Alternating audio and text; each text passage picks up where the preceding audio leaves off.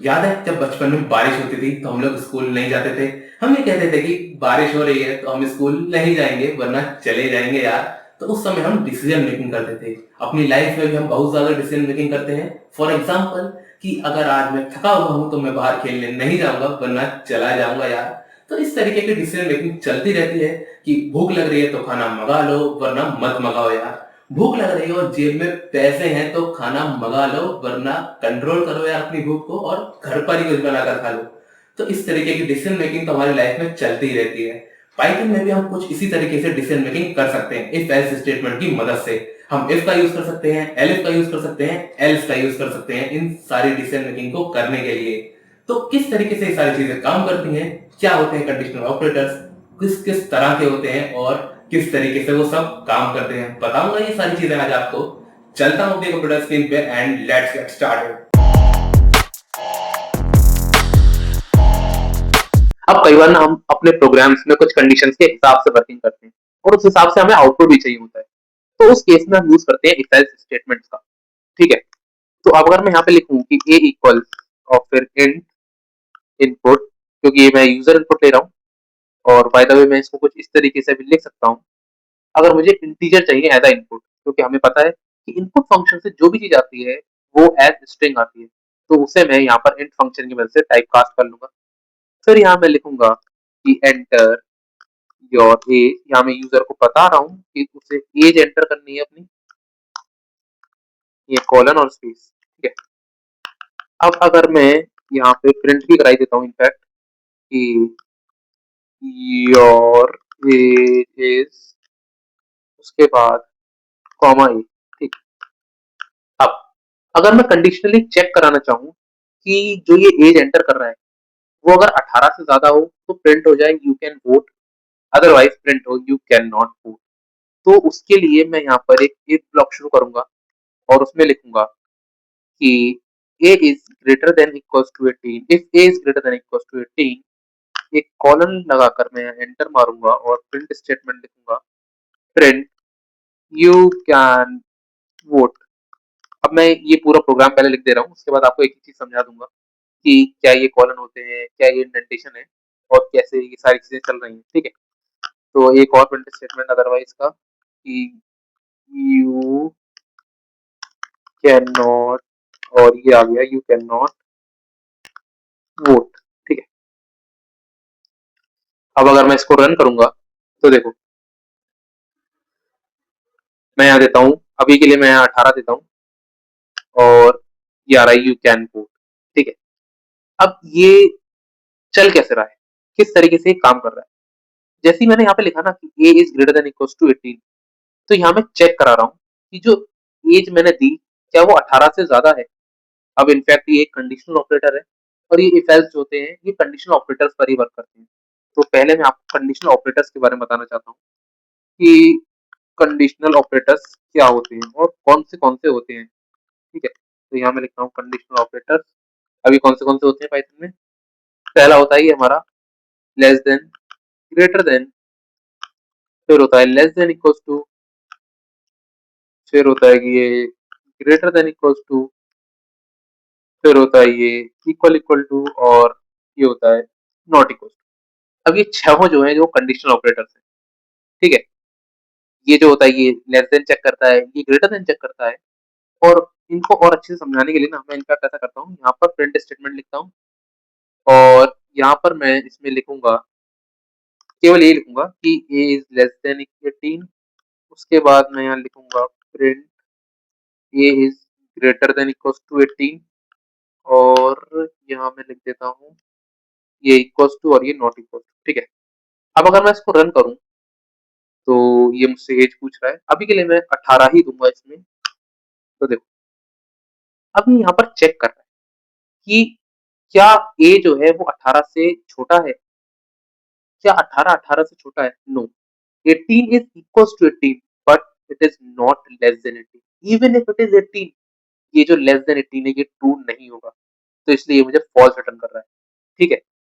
उसके बाद ये चेक कर रहा है क्या 18 is greater than equals to 18, मतलब हाँ ठीक है, ट्रू इसलिए आ रहा है क्योंकि भाई ग्रेटर देन और इक्वल्स टू पूछा गया है।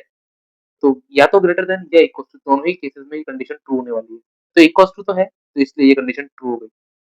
उसके बाद ये है इक्वालिटी चेक करने के लिए इक्वल इक्वल फंक्शन। ये क्या करता है? ये इक्वल इक्वल ऑपरेटर करता है 18 इज इक्वल इक्वल 18। क्या 18 is exactly equal to 18? Yes, इसलिए यहाँ पर आ रहा है ट्रू।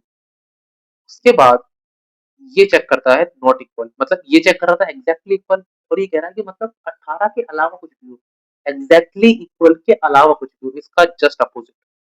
मतलब 18 के अलावा अगर कुछ भी होगा ना, चाहे वो छोटा हो चाहे वो बड़ा हो, ये ट्रू रिटर्न करेगा। लेकिन सिंस ये 18 है, ये मुझे फॉल्स रिटर्न कर रहा है। अब इसको मैं एक बार और रन करता हूँ, और एक बार और इसमें 17 दिया मैंने। अब देखो, क्या 17 18 से छोटा है? यस, इसलिए ये ट्रू आ गया। क्या 17 18 से बड़ा या उसके बराबर है?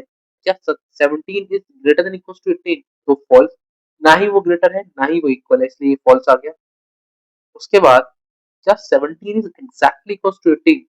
ये भी फॉल्स है। क्या 17 18 के अलावा कुछ है, मतलब 17 नॉट इक्वल टू 18? तो ये आ गया ट्रू।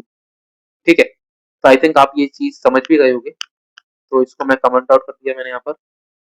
अब इसको मैं दोबारा रन करता हूँ और आते हैं अपने इफ एल्स ब्लॉक की ओर वापस।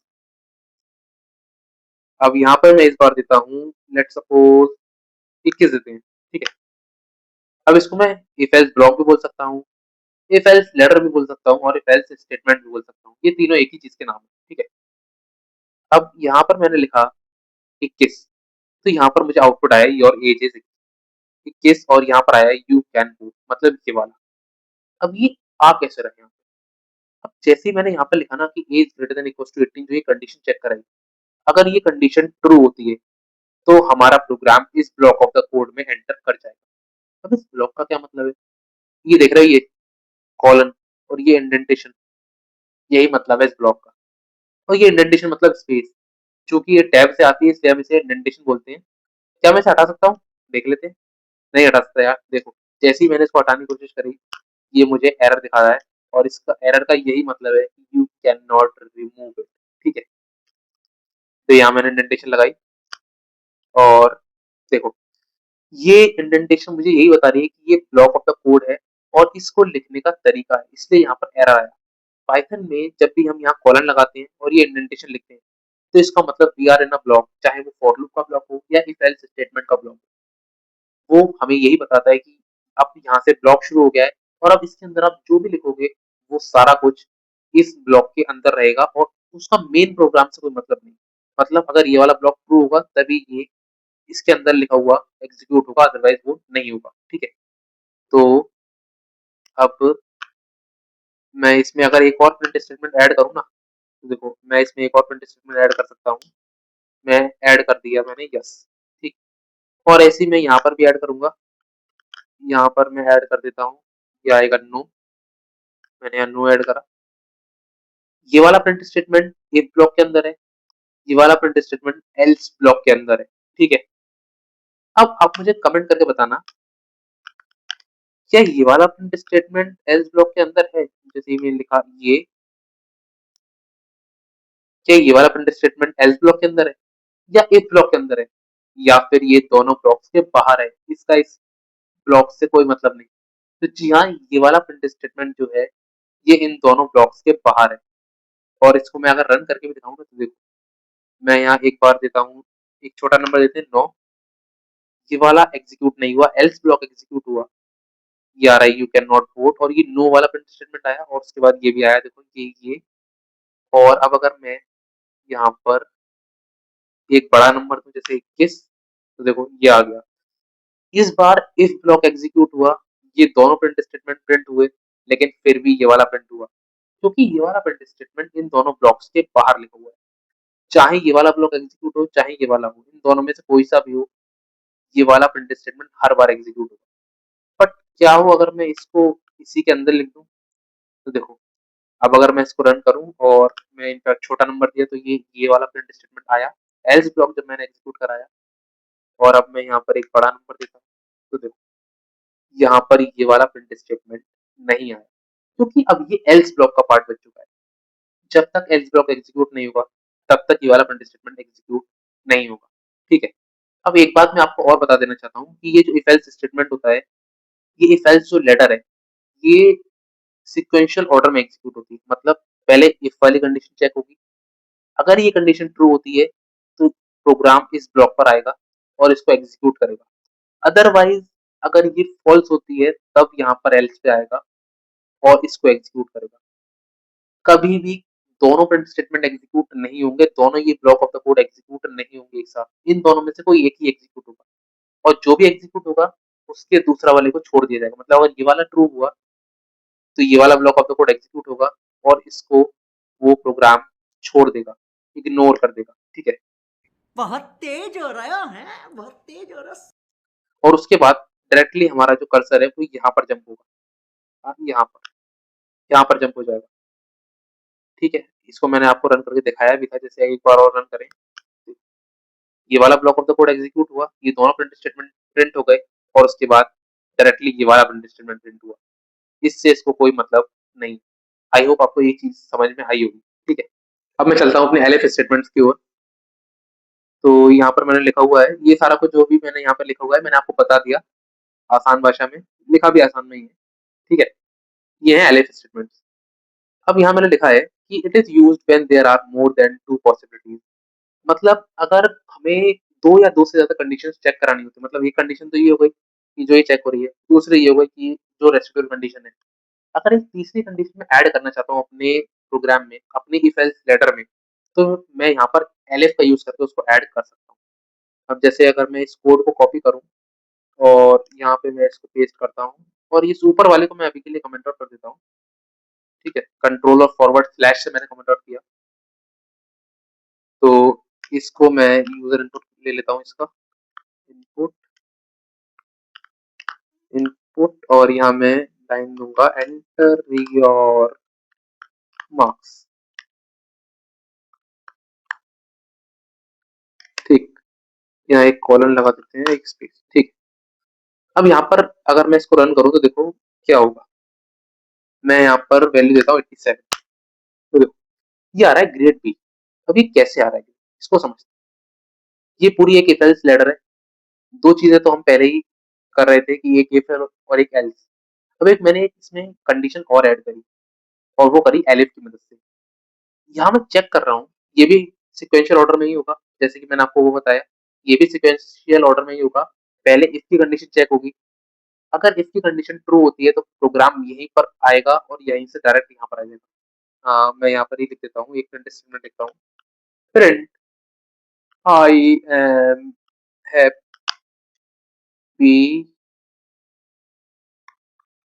नाउ। ठीक है, तो ये प्रोग्राम कह रहा है कि यार मैं तो हैप्पी हूँ, मुझे एक कंडीशन अपनी चेक करानी थी और मुझे यहाँ से वो मिल गई। अब ये जो प्रोग्राम है ना, आप मतलब ये जो इफ एल्स स्टेटर है, आप इसको क्या कहो, मतलब लालची कह लो या बदतमीज कह लो। अगर इसका काम हो गया ना, कहीं से भी हो जाए इसका काम होना चाहिए। अगर इसका काम हो गया तो अगर इसका काम यहाँ पर हुआ तो ये ना इसको देखेगा ना इसको देखेगा, ये डायरेक्ट यहाँ पर आ जाएगा।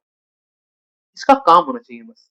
अब ये करेगा क्या, अब ये जाएगा पहले इफ के पास, कहेगा इफ भैया मेरी कंडीशन मैच करा दो। इफ कहता है नहीं बे मैं तो नहीं कराता तेरी कंडीशन मैच, मेरी कंडीशन में लिखा हुआ है ग्रेटर देन इक्वल टू 90, तू निकल यहाँ से। ठीक है, अब ये आएगा एलिफ के पास, एलिफ से कहेगा एलिफ भैया आप मेरी कंडीशन मैच करा दो। तो एलिफ कहेगा यार ठीक है कंडीशन तो मैच हो रही है क्योंकि मेरे में लिखा हुआ है ग्रेटर देन इक्वल टू 60 और ये 87 है भी ग्रेटर देन इक्वल टू 60। तो ये वाला प्रिंट स्टेटमेंट एग्जीक्यूट होगा और उसके बाद जैसे ही एग्जीक्यूट होगा ना तो डायरेक्टली ये वाला प्रिंट स्टेटमेंट आएगा, एल्स को इग्नोर कर दिया जाएगा। ये एल्स को इग्नोर करेगा और डायरेक्टली ये वाला प्रिंट स्टेटमेंट एग्जीक्यूट करेगा। जैसे अगर मैं दोबारा लिखूं 87 तो देखो ये आ गया ग्रेड बी और उसके बाद आई एम हैप्पी नाउ। अब अगर यहाँ पर एक आध और होता ना, एलिफ एक आध और होता तो इनफैक्ट ऐड कर ही देता हूँ मैं यहाँ पे 75 लिखते हैं इसको, यहाँ ग्रेड ए और यहाँ कर देते हैं ग्रेड ए प्लस। तो अब ये चारों में चेक करेगा। मैं इसको दोबारा रन करता हूँ और अब की बार मैं इसमें देता हूँ 74 देते हैं। ठीक है, देखो ये आ गया ग्रेड बी और आई एम हैप्पी नाउ। ठीक है, तो यहाँ पर भी पहले ये इफ पर आएगा, उसके बाद ये एलिफ पर आएगा, चेक करेगा क्या ग्रेटर देन इक्वल टू 75 है, नहीं है फॉल्स हो गई। इसके बाद ये नीचे आएगा, तो अनटिल एंड अनलेस जब तक इसकी कंडीशन मैच नहीं हो जाती, ये मैच कराता रहेगा एक-एक करके। और अगर कोई भी कंडीशन मैच नहीं हुई तो ये एल्स पर आएगा और ये वाली कंडीशन को प्रिंट कर कर प्रोग्राम से एग्जीक्यूट होकर बाहर आ जाएगा। इफ एल्स लेटर से बाहर आकर ये वाला प्रिंट स्टेटमेंट एग्जीक्यूट कर देगा। ठीक है? तो जब तक इसको नहीं मिलेगी ये एड कंडीशन को चेक करता रहेगा और अगर यहाँ पर एक आध एलिफ और होता ना तो वो सब में चेक करता। जितने भी एलिफ एल्स इफ होंगे वो सारी कंडीशन को चेक करा जाएगा। जो भी कंडीशन ट्रू होगी उस ब्लॉक ऑफ द कोड में एंटर होके वो वाला प्रिंट स्टेटमेंट एग्जीक्यूट होगा और बाकी चीजें नीचे की अगर हैं तो उनको इग्नोर करके ये बाहर आ जाएगा और बाहर अगर कोई प्रिंट स्टेटमेंट लिखा है जैसे ये लिखा है आई एम हैप्पी नाउ तो ये एग्जीक्यूट हो जाएगा। अब जैसे अगर मैं इसको रन करूं और मैं इसमें इनपुट देता हूँ 97 तो देखो ये आ रहा है ग्रेड ए प्लस मतलब ये वाली block of the code execute हुआ और उसके बाद इन तीनों को इग्नोर कर दिया गया और डायरेक्टली हमारा प्रोग्राम यहाँ पर जंप हो गया। और अगर मैं इसको दोबारा रन करूं और इसमें अब की बार मैं देता हूँ 76 तो देखो ये आ गया ग्रेड ए। अब की बार ये वाला block of the code execute हुआ और बाकी दोनों को इग्नोर करा गया। ऊपर वाला रिजेक्ट हो गया क्योंकि वो कंडीशन मैच नहीं हुई। उसके बाद प्रोग्राम डायरेक्टली यहाँ पर जंप हुआ। एक और बार करता हूँ और अब की बार मैं लिखता हूँ इसमें 50 तो देखो अब की बार ये लास्ट वाला एग्जीक्यूट हुआ उसके बाद ये एग्जीक्यूट हुआ। तो आई होप आपको ये भी समझ में आ गया होगा कि इफ एल्स लेटर किस तरीके से काम करती है। बेसिकली ये इफ एल्स की तरह ही है बस एक कंडीशन हमने इसमें और ऐड करी। जब तक कंडीशन मैच होगी वो कराएगा नहीं होगी तो एल्स वाले में रेसिडुअल कंडीशन है वो उस पर आएगा और वो प्रिंट कराकर प्रोग्राम एग्जीक्यूट हो जाएगा और हमारे प्रिंट स्टेटमेंट अगर कोई बाहर लिखा है तो उसको एग्जीक्यूट करेगा। ठीक है? तो अभी के लिए मैं इसको भी कमेंट आउट कर देता हूँ और अब मैं चलता हूँ अपने नेस्टेड इफ की ओर। ठीक है? तो नेस्टेड इफ कुछ नहीं यार, it is just if inside if. जैसे अगर मैं इस कोड को यहाँ से उठाऊं जो मैंने यहाँ लिखा हुआ है और इसको यहाँ पर मैं पेस्ट करूं तो देखो ये है नेस्टेड इफ मतलब इस पूरी इफ एल्स लेटर में अगर हम एक और इफ एल्स लेटर इंट्रोड्यूस करा देते हैं तो वो बनता है नेस्टेड इफ। और ये आप समझने के लिए पहचान बनाने के लिए देखो ये है इंडेंटेशन ये फर्स्ट लेवल ऑफ इंडेंटेशन है और ये देखो ये है सेकंड लेवल ऑफ इंडेंटेशन। एक तो ये चल ही रहा है एलिफ का और ये दूसरा आ रहा है इस नेस्टेड वाली का। ठीक है? तो ये होती है नेस्टेड इफ की पहचान। अब देखो इस प्रोग्राम को मैं रन करता हूँ और बताता हूँ किस तरीके से चल रहा है। ये पूछ रहा है एंटर योर मंथली सैलरी। मैं इसमें एंटर करता हूँ 30,000। अब ये पूछ रहा है क्रेडिट स्कोर। मैंने लेट सपोज दिया 700। आउटपुट आया loan approved and high interest मतलब ये वाली लाइन एग्जीक्यूट हो चुकी है। अब ये कैसे हुई देखो जैसे ही मैंने यहाँ लिखा ना 30,000 तो सैलरी में आया 30,000 क्रेडिट स्कोर में आया 700। ये फेल्स लेटर शुरू हुई। यहाँ पर ये चेक कर रहा है क्या सैलरी 50,000 से ज्यादा है। 30,000 तो 50,000 से कम है तो इसलिए ये हो गया फॉल्स। एलिफ पे आया ये चेक कर रहा है क्या सैलरी जो है वो हमारी 30,000 से ज्यादा है तो आंसर है यस। तो ये इस ब्लॉक में एंटर हो गया। अब इसके अंदर एक और इफ एल्स लेटर है तो अब ये इसमें चेक करेगा। अब यहाँ पर चेक होगा क्रेडिट स्कोर। अब क्रेडिट स्कोर मैंने दिया 700। ये चेक कर रहा है क्या 700 जो है वो 750 से बड़ा या उसके बराबर है। नहीं ये हो गया फॉल्स। ये फिर आया एलिफ पर ये अंदर वाले एलिफ पर और यहाँ चेक कर रहा है क्या क्रेडिट स्कोर 600 से ज्यादा है या बराबर है तो जो कि है। तो इसलिए ये वाला प्रिंटेड स्टेटमेंट एग्जीक्यूट हुआ और उसके बाद डायरेक्टली हमारा प्रोग्राम का कर्सर यहाँ से उठकर यहाँ पर जंप हो गया यहाँ पर। अब अगर मैं यहाँ पर एक प्रिंट स्टेटमेंट भी लिखूँ ना देखो मैंने यहाँ पे प्रिंट स्टेटमेंट लिखा और उसके अंदर मैं लिखता हूँ डन। और अब अगर मैं इसको रन करूँ अगेन मैं वही वैल्यूज दूंगा 30,000 और 700। देखो ये वाला प्रिंट स्टेटमेंट एग्जीक्यूट हुआ और उसके बाद प्रोग्राम डायरेक्टली यहाँ पर जंप हो गया। इन दोनों वैल्यूज को इग्नोर कर दिया गया। तो यही सेम सीक्वेंस है जो इफ एल्स का था वही इफ एलिफ एल्स का था और वही है इस नेस्टेड इफ का भी। ठीक है? उसी सेम सीक्वेंस पे काम कर रहे हैं। एक कंडीशन ट्रू होगी तो बाकी सारी कंडीशन नीचे वाली इग्नोर कर दी जाएंगी और program directly outside of the block jump कर जाएगा। तो ये था नेस्टेड इफ के बारे में। आई होप आपको चीजें समझ में आई होंगी और इसको एक आध बार और रन करके देखते हैं। अब आपकी बार मैं इसमें वैल्यू देता हूँ 50,000 देते हैं और क्रेडिट स्कोर 750 देते हैं। तो देखो ये आ रहा है लोन अप्रूव्ड लो इंटरेस्ट, और इसको ना एक काम करते हैं, फर्स्ट अप्रूवल करके इसमें एक और ऐड करते हैं ताकि पहचान रहे कौन सा एग्जीक्यूट हो रहा है। फर्स्ट अप्रूवल, ठीक। अब अगर मैं इसको रन करूंगा तो देखो, मैं अगेन इसमें 50,000 देता हूँ, ये आ गया 750, ये आ गया लोन अप्रूवल, लो इंटरेस्ट और फर्स्ट अप्रूवल, मतलब ये वाला प्रिंट स्टेटमेंट एग्जीक्यूट हुआ। अब चूंकि ये वाला प्रिंट स्टेटमेंट एग्जीक्यूट हो चुका है तो बाकी सारी कंडीशंस को इग्नोर कर दिया जाएगा और हमारा प्रोग्राम डायरेक्टली यहाँ पर जंप हो जाएगा। ये यहाँ पर जंप हो चुका है। अगेन मैं इसको रन करता हूँ और अब की बार मैं इसमें देता हूँ 30,000 और क्रेडिट स्कोर मैं दूंगा 500 देता हूँ। तो देखो ये आ गया, loan rejected due to low credit score, ये वाली लाइन एग्जीक्यूट हो रही है और ये वाला प्रिंट स्टेटमेंट यहाँ पर प्रिंट होकर आ गया और उसके बाद डायरेक्टली यहाँ पर प्रोग्राम रन हुआ। तो आई थिंक आपको चीजें समझ में आ गई होंगी, ये वाला प्रिंट स्टेटमेंट एग्जीक्यूट हुआ या ये वाला प्रिंट स्टेटमेंट एग्जीक्यूट हुआ, कोई भी block of the code execute हो उसके नीचे के सारे इग्नोर कर दिए जाएंगे और प्रोग्राम डायरेक्टली आउटसाइड आ जाएगा ब्लॉक। तो आई होप अब चीजें काफी हद तक क्लियर होंगी, और इनफैक्ट अगर आपको अभी भी क्लियर नहीं है ना, तो दोस्त आपको थोड़ी सी प्रैक्टिस करने की जरूरत है। आप प्रैक्टिस करो, प्रोग्राम्स को लगाओ, क्योंकि फर्क नहीं पड़ता आपने कोई प्रोग्राम 2 बार करा या 5 बार करा या 10 बार करा, जब तक आपको वो आ नहीं जाता, and it will be worth it यार। अगर चीजें आपको आती हैं, समझ में आ रही हैं, तो उसमें करने में कोई हर्ज नहीं, क्योंकि अगर आप एक सक्सेसफुल पाइथन डेवलपर बन गए तो कोई आपसे ये नहीं पूछने वाला कि आपने डे 4 कितनी बार करा था या डे 5 कितनी बार वीडियो देखी थी। समझ में नहीं आ रहा तो वीडियो को 2 बार देखो, 4 बार देखो, 5 बार देखो, चीजें समझ में आनी चाहिए। दैट्स द मेन पॉइंट, ठीक है। तो अभी के लिए इतना ही गाइस, और अभी तक अगर आपने प्लेलिस्ट को एक्सेस नहीं करा है तो यहाँ पर क्लिक करके इसको बुकमार्क करो, सेव करो। मिलता हूँ आपसे अगली वीडियो में। Thank you guys for watching this video and I will see you next time.